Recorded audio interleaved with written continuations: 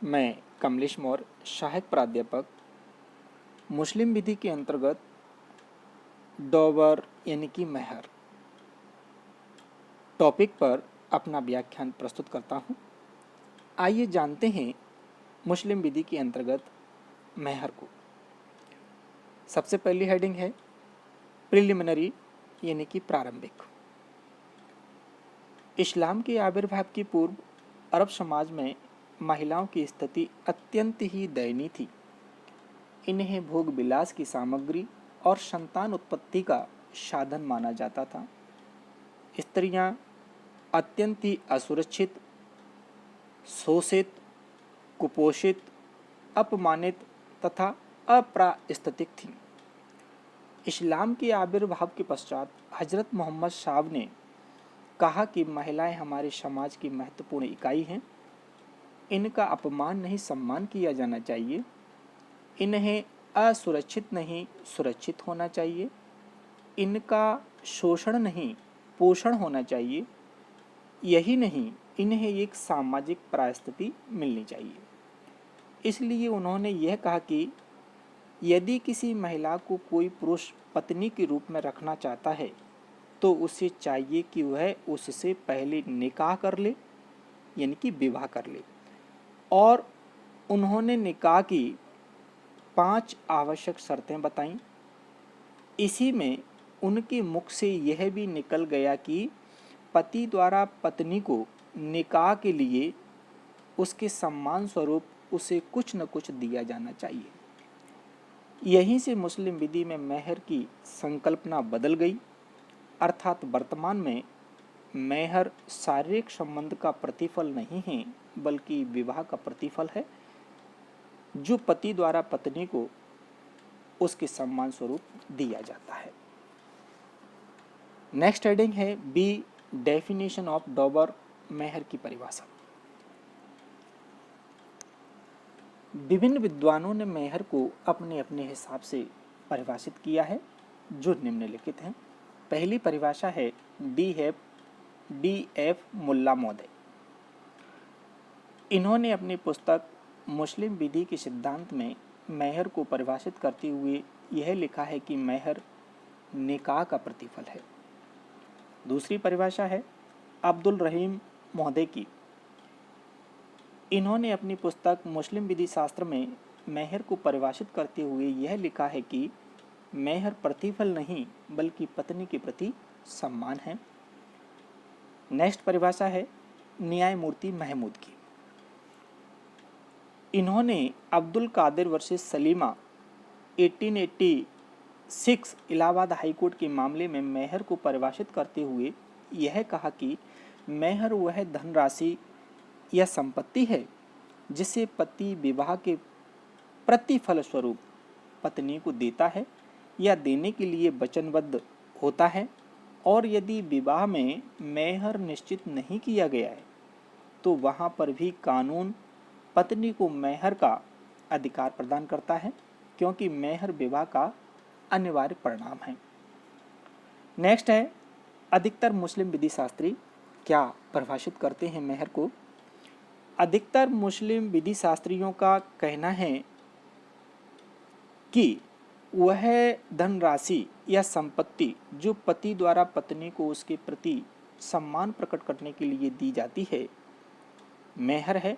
अर्थात यह कन्या का मूल्य नहीं है बल्कि पति द्वारा उसको सम्मानित करने के लिए दी गई धनराशि या संपत्ति है।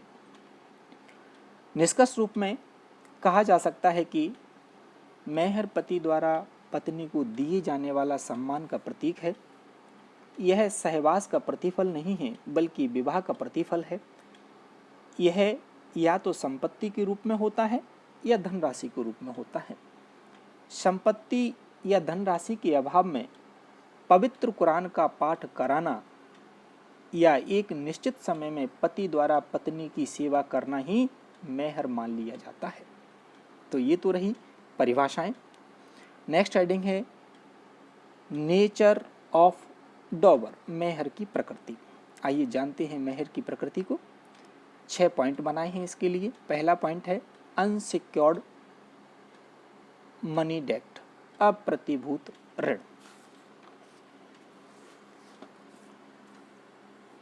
मेहर के बारे में ऐसा माना जाता है कि यह पत्नी द्वारा पति को दिया गया अप्रतिभूत ऋण है, अर्थात विधि यह मानती है कि पति ने पत्नी से उतनी धनराशि कर्ज ले रखी है और अभी तक अदा नहीं कर पाया है। दूसरा पॉइंट है वेस्टिंग यानी कि निहित होना। मेहर का दूसरा स्वभाव यह है कि जैसे ही विवाह पूर्ण होता है तुरंत उसी क्षण मेहर की वह रकम या संपत्ति पत्नी के शरीर में जाकर निहित हो जाती है। तीसरा पॉइंट है नॉट डाइवर्स्टेड यानी कि अनिहित नहीं। एक बार यदि पत्नी के शरीर में मेहर निहित हो जाता है तो फिर उसे अनिहित नहीं किया जा सकता, भले ही वह निहित होने के पश्चात चाहे जितना बड़ा अपराध ही क्यों न कर दे। ध्यान देने की बात यह है कि पत्नी द्वारा किए गए उन अपराधों की सजा उसे संबंधित विधियों में दी जा सकती है, लेकिन उसे मेहर से वंचित नहीं किया जा सकता। फोर्थ हेडिंग है नो रिडक्शन, कमी नहीं, यानी एक बार जो मेहर बांध दिया जाता है उसको पति द्वारा कम नहीं किया जा सकता। हाँ, यदि पत्नी चाहे तो उसे बढ़ा सकती है, पत्नी नहीं, पति चाहे तो बढ़ा सकता है। जहां तक पत्नी का प्रश्न है वह उसे कम भी कर सकती है और माफ भी कर सकती है। माफी को छोड़कर पत्नी को मेहर से वंचित नहीं किया जा सकता। एक बार निहित होने पर पुनः अनिहित नहीं किया जा सकता। नेक्स्ट हेडिंग है नो डिप्राइवेशन, वंचित नहीं। विवाह के समय जो मेहर बांधा जाता है उससे पत्नी को कभी भी वंचित नहीं किया जा सकता सिवाय माफी के, अर्थात पत्नी को मेहर से तभी वंचित किया जा सकता है जब वह उससे स्वयं माफ कर दे, अन्यथा नहीं। एंड नेक्स्ट और लास्ट हेडिंग नो प्रीफरेंस, वरीयता नहीं। मेहर का अंतिम स्वभाव यह है कि उसकी वसूली में अन्य ऋणदाताओं की तुलना में पत्नी को किसी भी प्रकार की वरीयता नहीं दी जाएगी, बल्कि मेहर का भुगतान भी अन्य ऋणदाताओं के साथ आनुपातिक ढंग से किया जाएगा। लास्ट केस है कपूर वर्सेस कदरुनिस्सा 1950 सुप्रीम कोर्ट के मामले में सुप्रीम कोर्ट ने यह निर्धारित किया कि मेहर की वसूली में पत्नी को अन्य ऋणदाताओं की तुलना में कोई वरीयता नहीं दी जाएगी, बल्कि पति की आस्तियों को यानी कि एसेट को सभी ऋणदाताओं में आनुपातिक ढंग से वितरित कर दिया जाएगा। नेक्स्ट हेडिंग है डी यानी कि इम्पोर्टेंस ऑफ डॉवर, मेहर का महत्व। तो आइए जानते हैं मेहर के महत्व को। पहली हेडिंग है इसके लिए सपोर्ट यानी कि सहारा। किसी चीज का महत्व उसके गुणों से ही होता है, इसलिए यदि मेहर के गुणों की चर्चा कर दी जाए तो उसका महत्व अपने आप उभर कर सामने आ जाता है। मेहर के निम्नलिखित गुण होते हैं। सपोर्ट, पहला सपोर्ट है विवाह विच्छेद के पश्चात मेहर की पत्नी का सहारा होता है, मेहर ही पत्नी का सहारा होता है, क्योंकि धारा 125 सीआरपीसी का अनुतोष काफ़ी विलंब से मिलता है।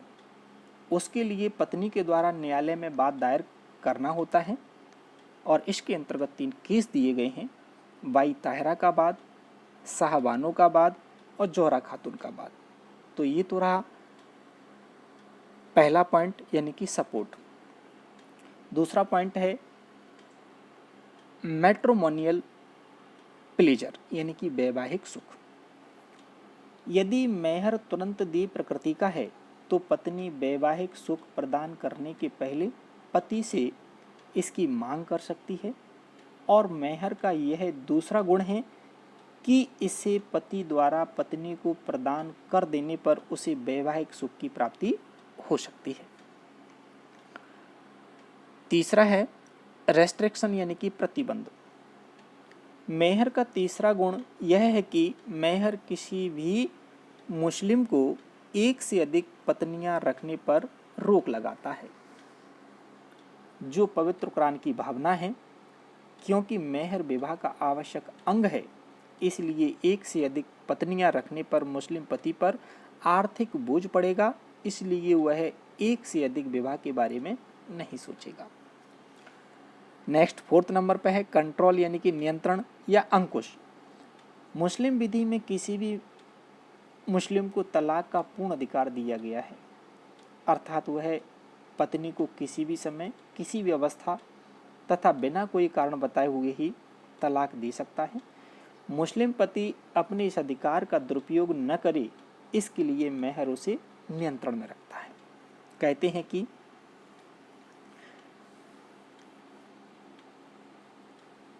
पत्नी को तलाक देना एक घृणित कार्य है और मेहर मुस्लिम पति को नियंत्रण में रखता है कि उससे यह घृणित कार्य न हो जाए। नेक्स्ट हेडिंग है 5वीं, चाइल्ड प्लेजर, संतान सुख। पत्नी को मेहर का भुगतान कर देने के पश्चात वह पति को सहवास की अनुमति देती है, जिसके फलस्वरूप पति को संतान सुख प्राप्ति होती है। नेक्स्ट हेडिंग है एंड लास्ट वाली 6, compulsory part of the marriage, विवाह अनिवार्य अंग। मेहर का छठवां गुण यह है कि यह विवाह का अनिवार्य अंग है, अर्थात जैसे ही निकाह संपन्न होता है मेहर पत्नी में जाकर समा जाता है, अर्थात बिना मेहर के विवाह संभव ही नहीं है। इसलिए कहा जाता है कि यदि विवाह है तो मेहर अवश्य होगा और यदि मेहर है तो विवाह हुआ होगा। And case last, Hamira Bibi versus Zubaida Bibi 1916 PC के मामले में एक निकाह में मेहर निश्चित नहीं किया गया था और न ही पति के जीवन काल तक पति पत्नी में मेहर की कोई चर्चा ही हुई थी, अर्थात मेहर माफ भी नहीं किया गया है। तत्पश्चात पति की मृत्यु हो गई और विधवा पत्नी ने उसकी संपत्ति पर कब्जा बना लिया। विधवा की पुत्री ने इस कब्जे को चुनौती दी, जिसे प्रिवी काउंसिल ने स्वीकार नहीं किया, बल्कि यह कहा कि भले ही इस निकाह में मेहर की चर्चा न की गई थी, फिर भी विधवा अपने पति की संपत्ति पर तब तक कब्जा बनाए रखेगी जब तक उसकी पुत्री द्वारा उसके मेहर का भुगतान नहीं कर दिया जाता, क्योंकि मेहर विवाह का अनिवार्य अंग है। तो ये रहा Mehar. Thank you very much.